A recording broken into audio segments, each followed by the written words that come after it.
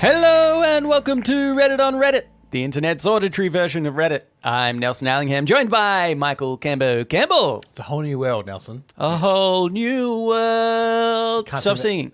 Yeah, copyright strike. Copyright. That's all I could get in. We have found in the past Spotify is a little stricter than other platforms on flagging any music.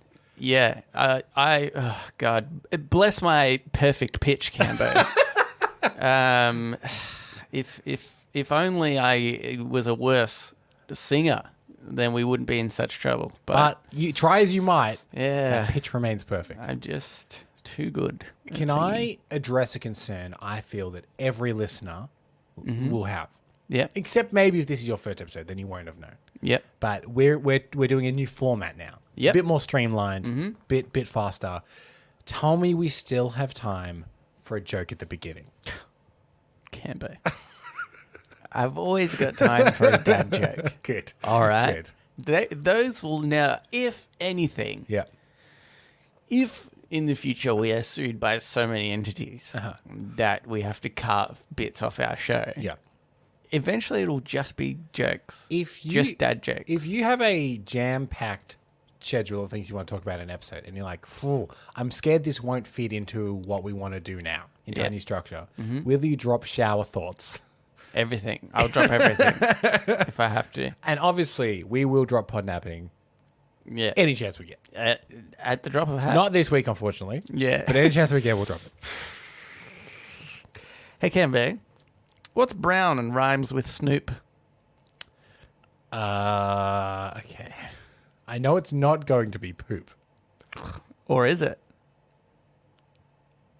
Brown and... It would be boring if it was just poop, wasn't it? It would be boring. I said poop. But and you're like, oh, yeah, that's what I thought. No, sometimes I can work these out, but I can't. I can't work this pun out. Dr. Dre. And that's the... He's brown and he rhymes with this too. I guess. But that's the best one? Why are you like this? Why can't you just go, very clever. I thought it was going to be poop. Turned out to be Dr. Dre. Yes, because you were talking about Snoop Dogg. Yes. Or Lion.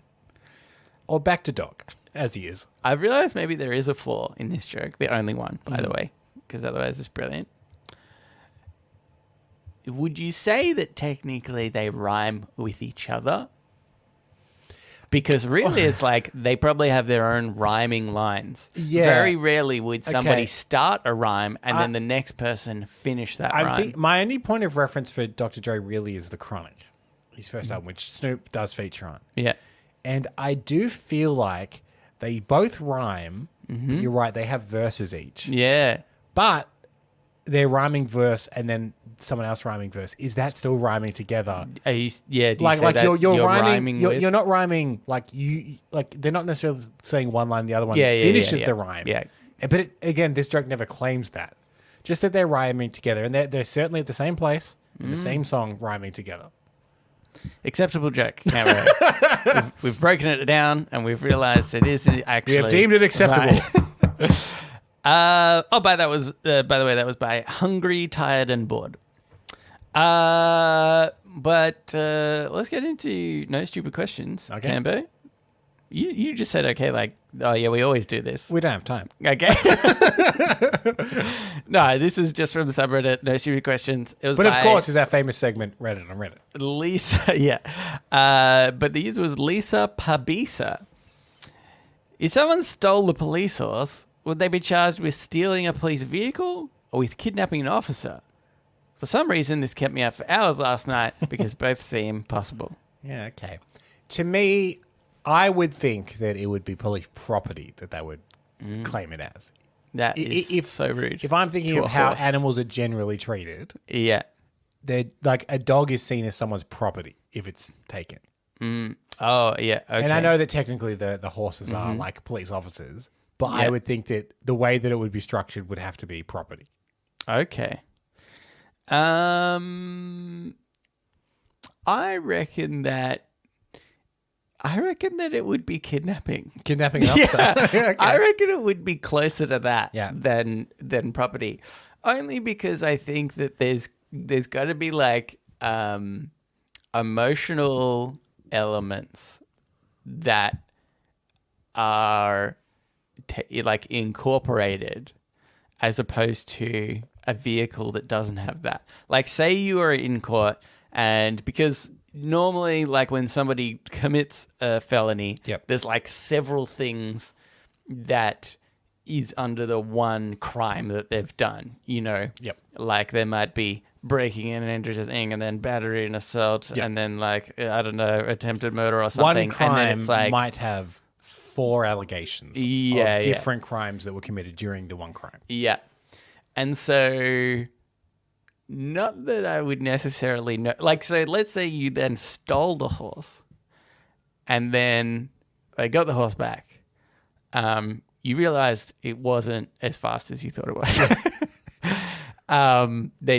Turns out cars just could catch up with you. Then they get the horse back, and the horse is like traumatized by it. Then I think that you have to treat the horse as like a being, and then you could be potentially charged with like psychological damage or something to the horse. But whereas if it was classified as like a vehicle, like property, then you wouldn't be allowed to do that. I reckon it would be like some weird thing like that. My question is, are the horses employees of the police force? Yep. And if they are, what is their rank? Officers, right? I think they are officers.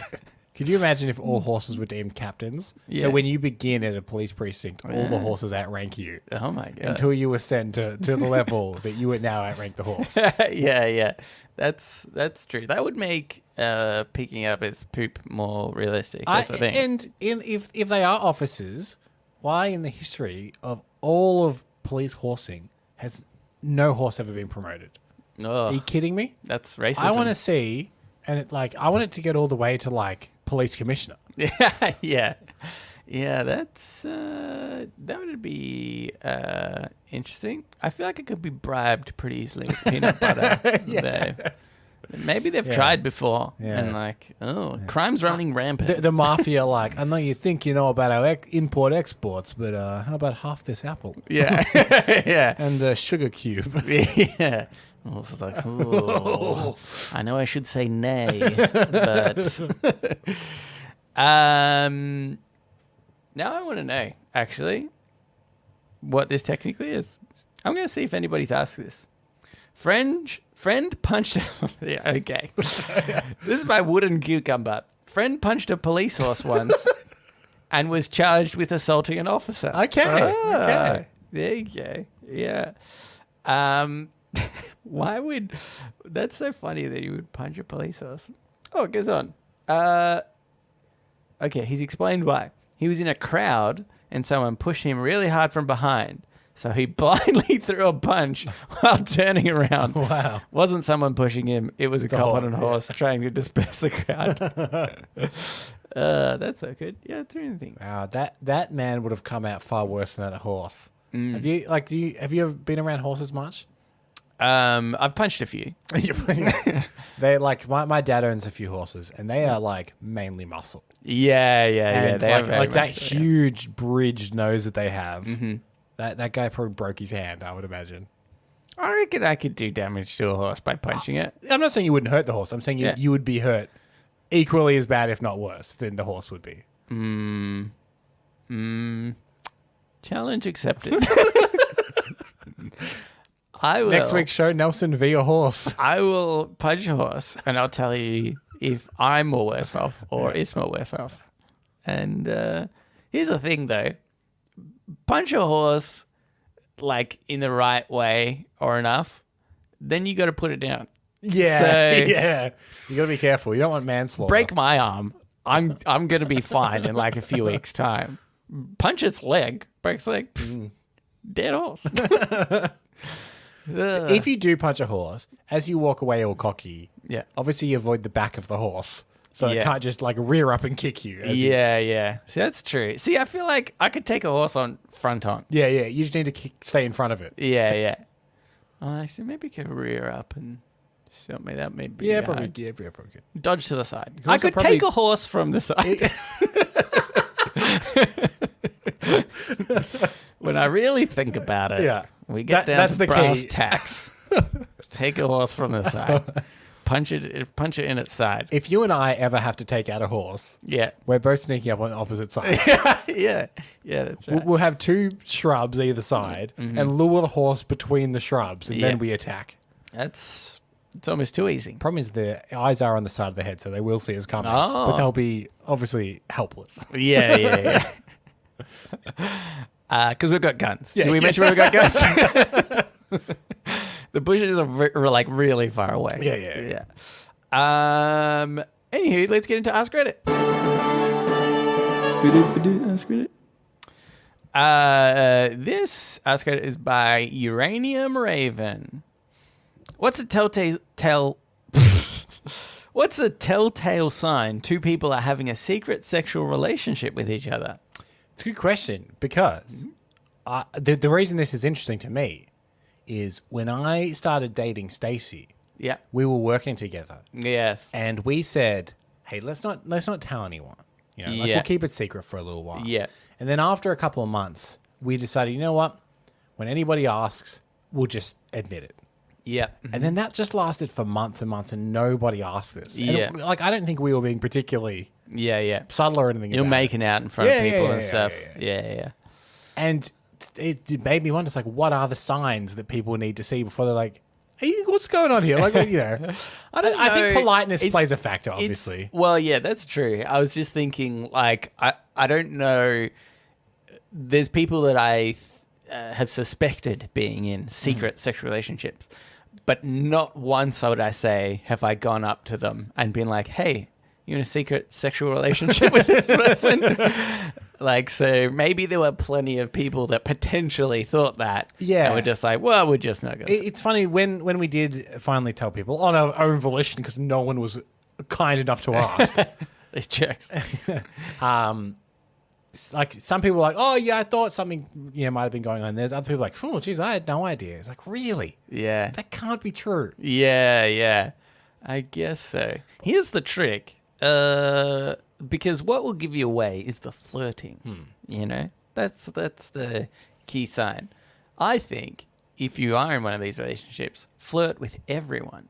Then I think that kind of absolves you of. And I would say the person you are in a relationship with talk shit behind their back. Yeah. Oh, that's good. People are like, he can't be dating Stacey. He fucking hates her. Yeah, he's always talking shit about her. When that person comes up to you and says, "Hey, are you dating Stacey?" You go, "What? That slag." And that pretty much covers it. Which is going to be awkward when you eventually do come out and you're like, "We're in a relationship," and then that person is like, "I think I should tell Stacey." Camber really hates it. But what we're saying is the key here is to flirt with everybody else and talk badly about the person you're dating behind their back. Yeah, that's true. And just to be safe, sleep around. Well, you got to sleep around a little bit. To really throw suspicion off. Yeah. Only you, not the person you're in a sexual relationship with. They better not. Oh, I tell you what. I mean, it's overkill if you both do it. Then it's almost too obvious. And it's like, oh, those 2 people are obviously sleeping together because look how many people they both sleep with, It's obviously a bohemian situation going on here. Yeah.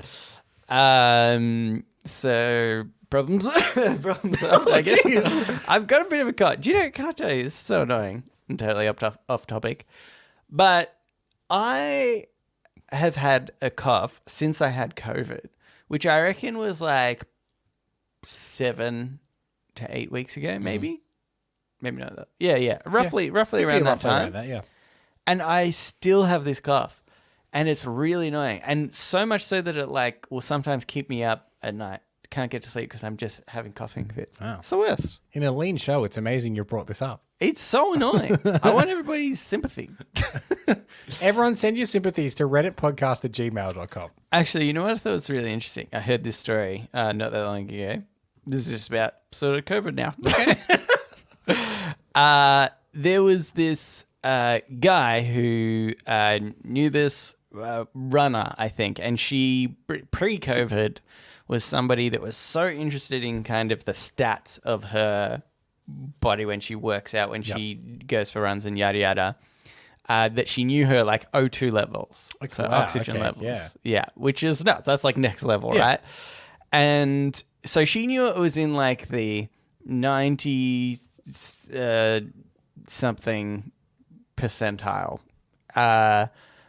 which like who knows what that technically means, but at least she knows like what that stat was. You know, it was like 98, really, really high. She knows what that means, and that's what's important. That's important. Then she got COVID and tracked her stats, and it went to below 90, so in the 80s. And since that point, she's been trying to get it back up to where it was and cannot break 91. Wow. Is like, and it's really annoying her because obviously it was like a big part of her life and whatever.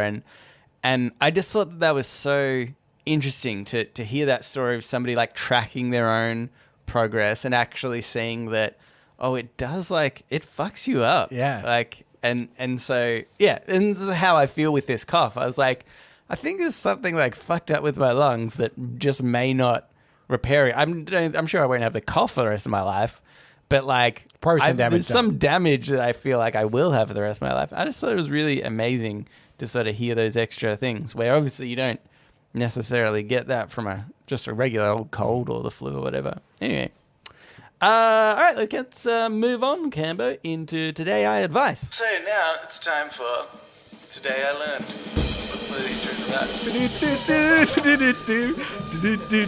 Today I Learned. And also sometimes advice. This Today I Learned was by Smart Emu 9084. Oh. As an Australian, we do have to watch out for the smart emus. Yeah. Also, as an Australian, I want to point out to, I'm going to say mainly American listeners, it is emu, not emu. Oh. I feel that's important to say. Okay. I didn't realize people said emu. Yeah. Americans say emu. Yeah. And buoy instead of boy. Oh, yes. But we sometimes say quay instead of key, so that's true. And we say a bunch of stuff weird. I know that like we're in a glass house throwing rocks. Yeah. But you know what? Sometimes you gotta throw a rock. Yeah. Tomato. How do you like that, Americans? I just made them so angry. Anywho, today I learned that research shows that people who laugh at dark jokes have higher IQs and report less aggressive tendencies. What is the value of this stat? I thought this was like what I'm trying to reconcile what it kind of gets to. You know what I mean? think it's interesting when you can categorize people on something that seems not related. Well, my question, I guess, with this is, because I know this does sometimes happen with stats in particular, is that this could be a survey a bunch about all kinds of things, and it's just coincidentally that people with higher IQs also enjoy this. Yeah. Where like it doesn't always mean there's correlation. It just means there's coincidental data that backs it up. Yeah. And I wonder how much of that is in this, or whether there is, because I don't know what the study is, because every study that is ever put online never quotes whatever it's from. It's like, do you know actually eating dark chocolate is actually really good for your health? It's like, I understand that, but show me where that is. Like, show me what the actual data is. Not that it means much, but I actually think that the Today I Learned subreddit forces people to put links to. Oh, that's good. But it doesn't really mean anything. Yeah. Because obviously, if it's just an article, it's like, oh yeah, I did this research, and sure. Do you think there is a correlation between dark humor and intelligence? I reckon that there is, to a really small degree. Okay. And the reason why I think that is because I think that you can appreciate dark humor because you understand that it's dark humor. Right. I think there's like a level of intelligence that requires you to separate sort of the like, okay. oh, this is just a joke. Uh-huh. And I get it because it is just a joke. There's like a level of separation rather than being, I don't know, more emotionally attached to, or like you misunderstand the intent behind the joke because you don't. I think that dark humor generally has like a layer of irony to it. Yes. And I wonder, you're right. Like there's just an extra There's kind layer. of like an intelligence that you need to have to understand irony. Yeah. And I don't think it's like a crazy high bar of entry. I'm not saying it's like the most intelligent people in the world, but I could understand a correlation to be like, okay, those that don't like dark humor are on average slightly lower than those that. Because I feel the same about satire sometimes. I know that there was a girl I used to work with, and I just think she just didn't get satire. Yeah. I think she always read it as being really straight. Yeah, yeah. So, like Succession, for example, not that we actually talked about this show, but that is a show about, like, it's about Fox, like Fox News and whatever, but it's not them. But it's about these, like, ultra-conservative rich family that owns a media company or whatever, and she couldn't see it as anything other than like, oh, well, then it's a show like for conservatives. It's like, no, it's actually very satirical about that. Yeah. And the people that write it clearly aren't that. Yeah. Because they're being very satirical about it. But like anything like that, she'd always read it exactly as it was. Yeah, yeah. And it's like satire didn't register as like, oh, you realize that like you can present something from the other side to flip it and try and make fun of it. Yeah. And I wonder whether dark humor has a similar thing, you know? In fact, even comedians in general, like I think the most successful comedians are probably very intelligent. I believe that they are intelligent, or not, you know. Again, there's a line. It's not like they are the most intelligent people in the world, but I think that on average, they probably do have this higher IQ. Not that I think, like, I don't know, IQs in general, I think are kind of dumb. It's a weird metric, isn't it? As a concept. It's like doesn't super hold up to scrutiny, the IQ test. Yeah, yeah. Other than like academic. Yeah. Things, you know. IQ doesn't mean like emotional intelligence or like like it's a very one narrow, very specific form of intelligence. And I think it shouldn't really mean anything in the sense of, like, I believe that every single person in the world, pretty much, could become a rocket scientist if they wanted to, and understand the maths and stuff. And you would say, okay, well, those with a higher IQ, based on what it is at the moment, are more likely to become rocket scientists, or they might find it easier. And I think that's kind of the point. Like, yeah, anyone can learn and commit themselves to learning something. And maybe if IQ kind of does exist or whatever in this form, then maybe it's just harder for you to get there. But it doesn't dictate like how you can actually. Do you think of it as this is going to be a weird link, but to Jackie Chan's philosophy about his stunts, in which he says like anyone can do what I do. Yeah, yeah. So I think the example was in Police Story. He kicks a pen off the desk with his foot, and he catches it in his mouth, and he makes a note. Yeah. And I was like, "How'd you do that?" And he's like, "We did like 900 a takes. million takes." Yeah. He's like, yeah. anyone can do it. It's just whether or not you will. Yeah, yeah. Because I don't know how to do it. I just did it and did it and did it until it worked. Yeah. And do you think intelligence is that way? It's like anyone could technically do it, but you need to have the actual like dedication to do it. Yeah, yeah. I remember, funnily enough, the same thing of like some stupid viral YouTube video of people. It was that, you know how there was like a phase where people were throwing bottles of water with just like a little bit of water in there. And then make it land. Make it flip and land on, you know, weird things or whatever. And so and then there was like this one video where they were doing like really nuts, crazy, like how the hell did you get the bottle to land on top of that light post when you were 3 streets over type thing. And they were like, no, we just did it heaps. Yeah.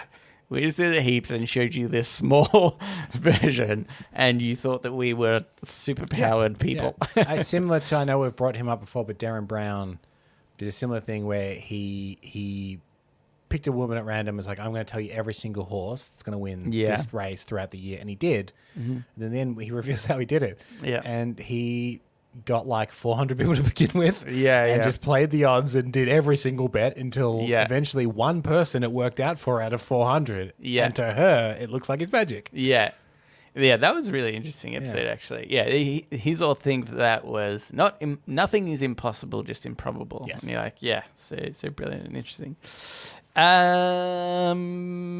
Here's you know what? Let's move into shower thoughts. Okay.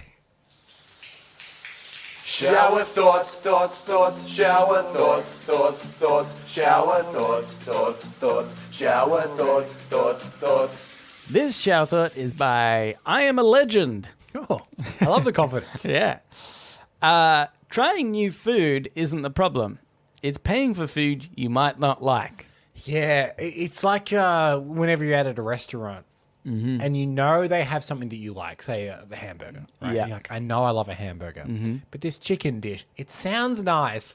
And there's always, at least for me, anxiety Yeah. from straying away from a known favorite Yeah. to something that sounds probably good. Yeah, that's right. And then maybe I get the chicken dish and you get the hamburger. Yeah. And I'll be enjoying the chicken dish fine, but I'll look over at you and go, I do want the hamburger. Could have got the hamburger.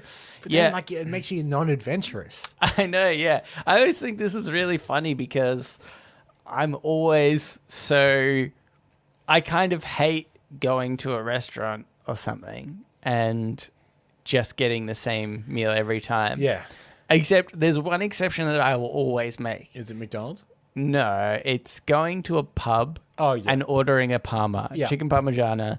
There's like, and I think the reason is because many times I've gone to a pub, it's like Irish pub, like really, I feel like classic pub meals. Yeah.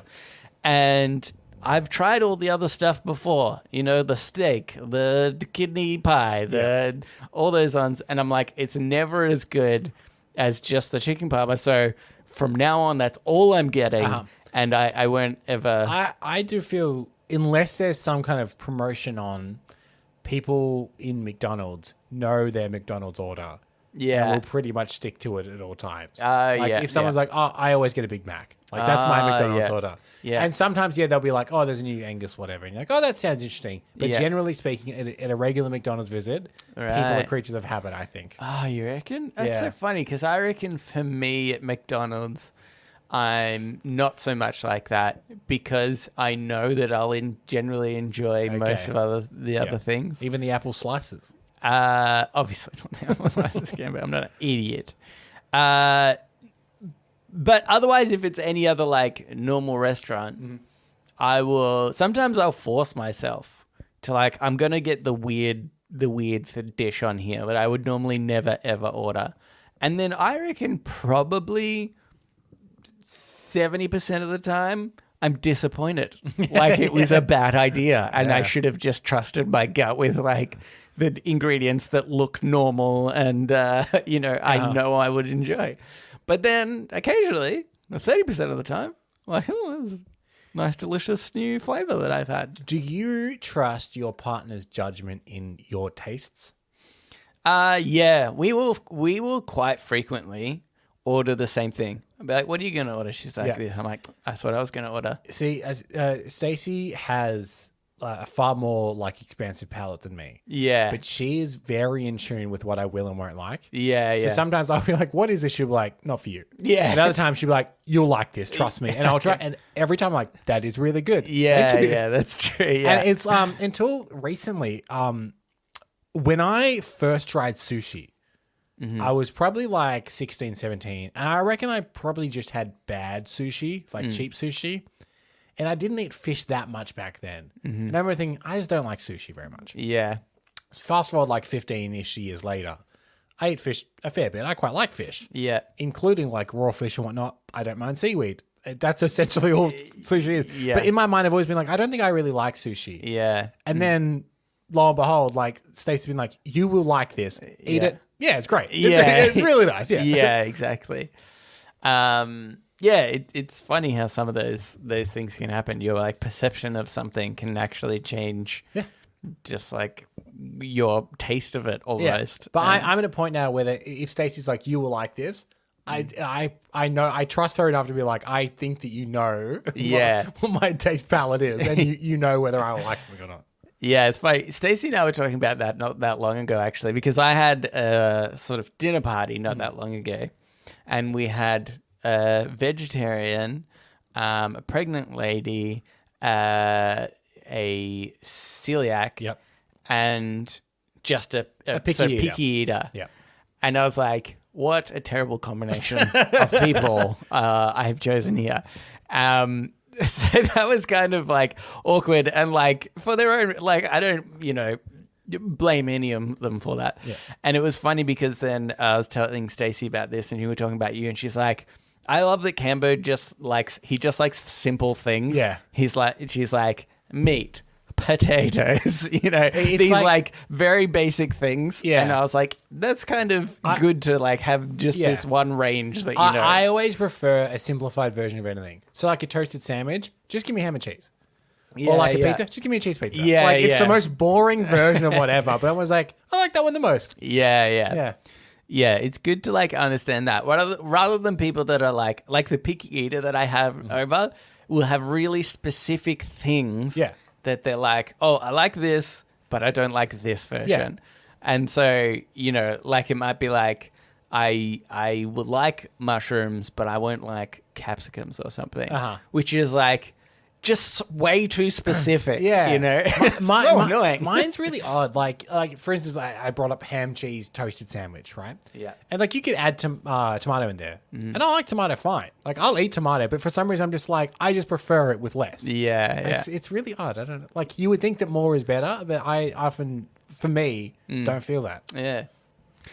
Ooh, here's another one. This is by Cragaster. So many of us doom scroll and consume negative content that angers us or saddens us because negative emotion is better than no emotion at all. Ooh. Do you find that you doom scroll a lot? I find this concept hard to understand in the sense that I feel like doom scrolling, from what I understand of definition, is like you are just looking for negative news, which I've never, ever done. And actually, I would say I sort of wonder whether many people have done. Yeah. I think you can be naturally scrolling through something like Reddit or Facebook or whatever and just be your attention is caught by negative news and media. I would also classify doom scrolling as if you see a post and you're like, this is going to piss some people off, and then you open it to read the negative comments and why people are angry, you're kind of seeking out the negativity. Right. And I think it most commonly happens on Twitter. Okay. Right? Yeah. And I stay off Twitter a lot because of that, because I find Twitter such a negative space. Mm-hmm. Where I remember one time I opened up Twitter and there was just a picture of Spider-Man No Way Home, the 3 Spider-Men, and it was just a tweet saying, I still can't believe this movie exists. Yeah. And I remember thinking, what negative thing will someone say? But and sure enough, I opened it and the first comment is like, this movie's actually fucking trash. Yeah. But I knew that was going to happen, and I still did it. Yeah. Okay, yeah. So why do you think you did that? Because I think this... Mine's curiosity. Like, I was like, why would someone be angry at this? Yeah. Because it's a pretty wholesome tweet. Someone just being like, I love this. This is cool. Yeah. Because I think the idea that negative emotion is better than no emotion at all is not really a thing at all, ever, I feel like. I feel like the whole idea of doom scrolling is almost just about, it's almost like understanding or something. Yeah. It's information gathering or something, seeing a perspective that you don't often see, or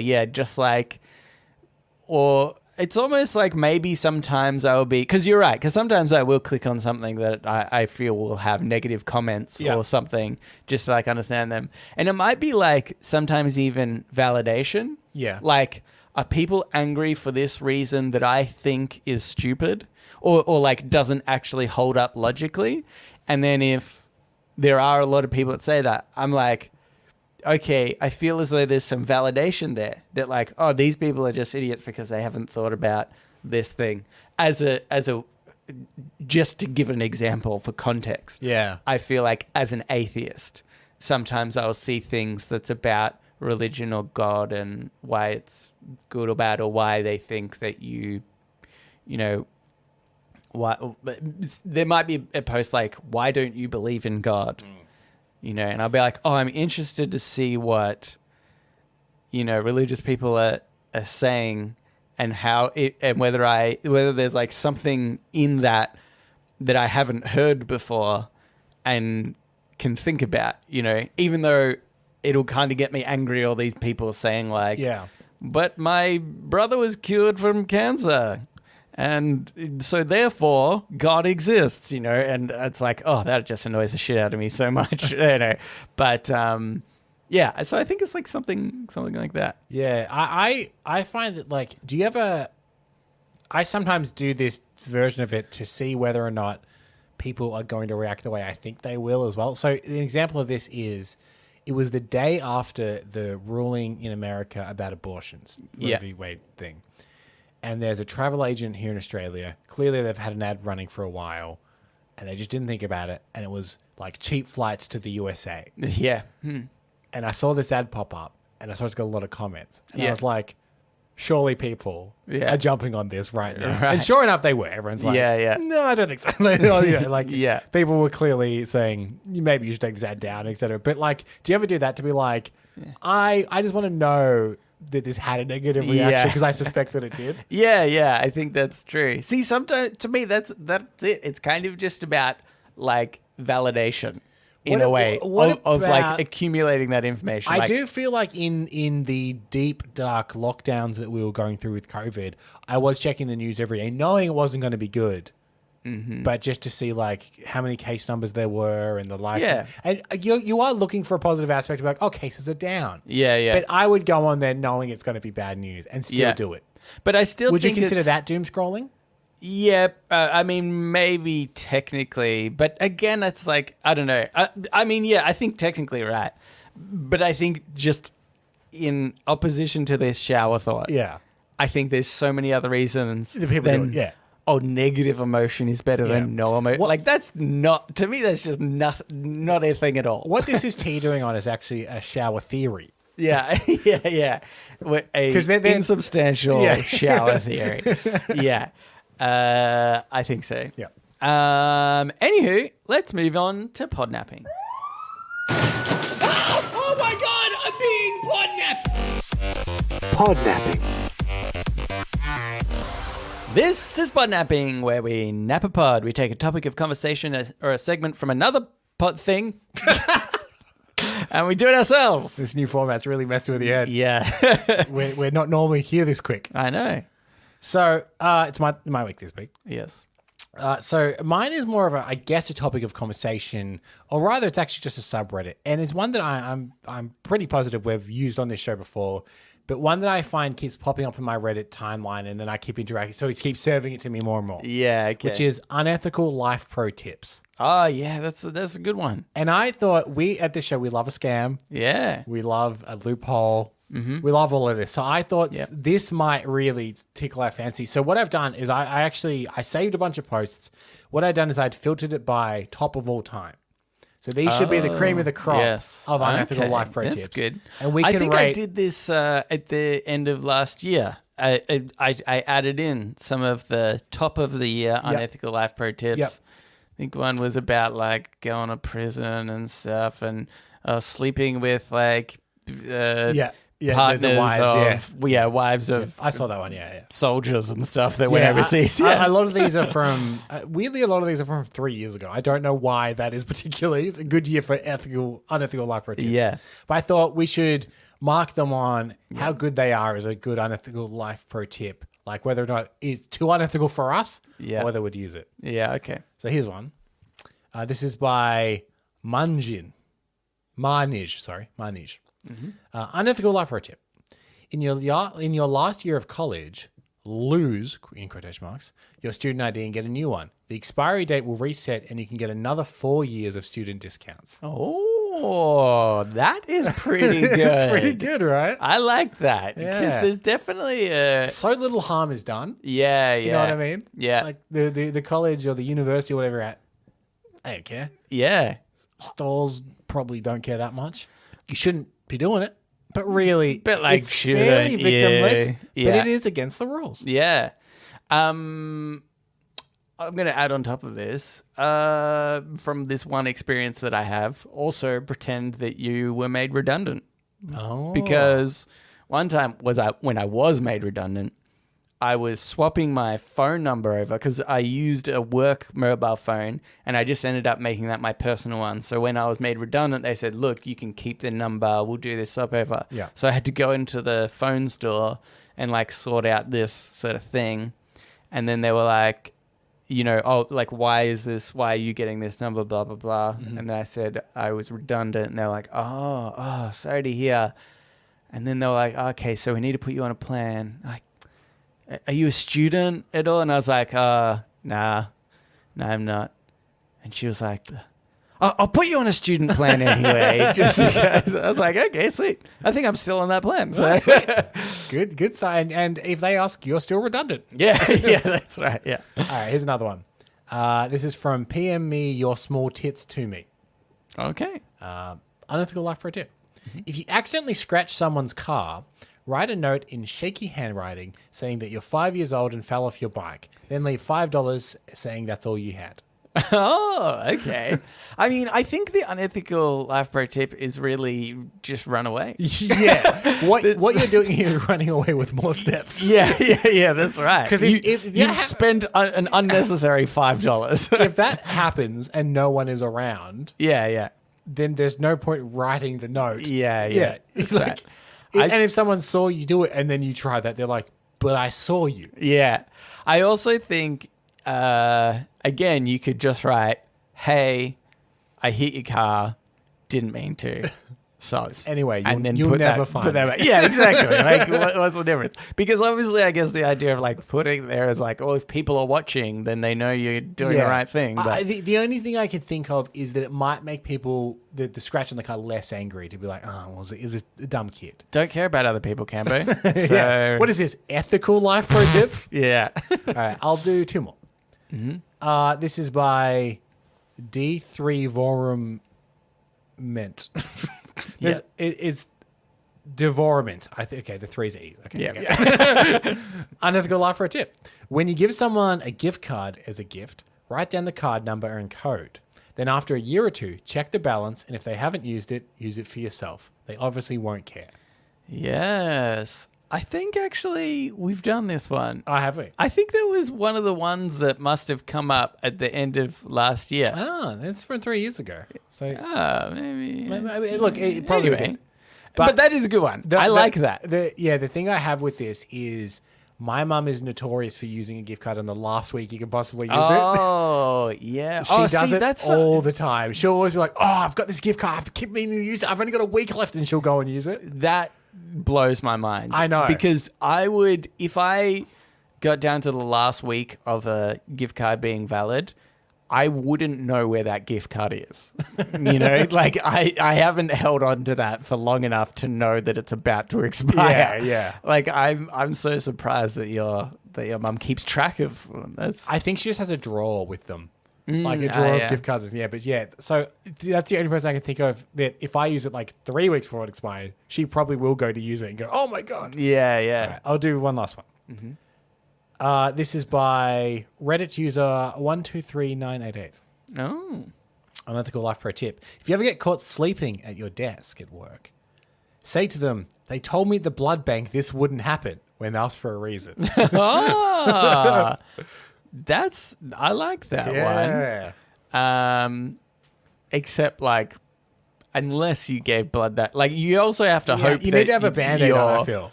Yeah. Have a Band-Aid on. If you're going to take a Even- nap at work wrap a bandage around your arm where they would take blood Yeah. with a little cotton swab. Mm-hmm. So Yeah. then if you are caught, you can go, oh, they told me the blood bag went out. You can show them, like, see, I'm Yeah. clearly giving...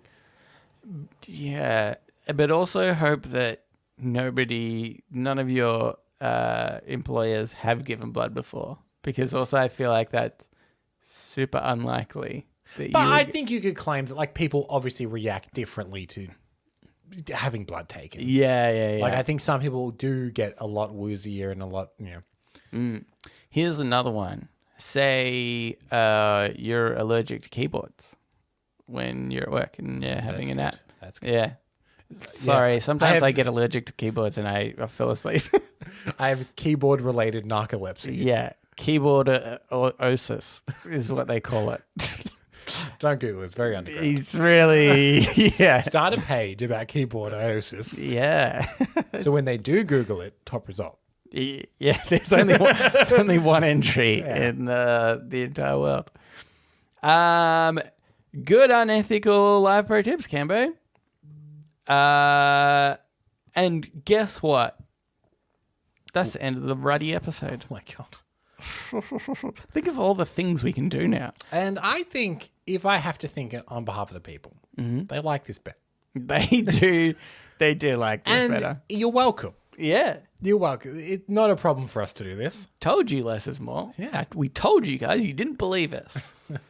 But hey, we didn't get time for the AMA, but if you would like to write into us, you can do so. Reddit podcast, READIT podcast at gmail.com. You can also reach us at Facebook, Twitter, and our subreddit. They're all READIT podcast. Now, do you promise, because we didn't get time this week, do you solemnly swear that we'll try next week? No, Okay. no promises. That's our new show mantra. Yeah. No promises. No promises. Yeah, we'd appreciate if you could subscribe Yeah. and rate the show. And well, that's it. Thanks for listening, and we will read you later.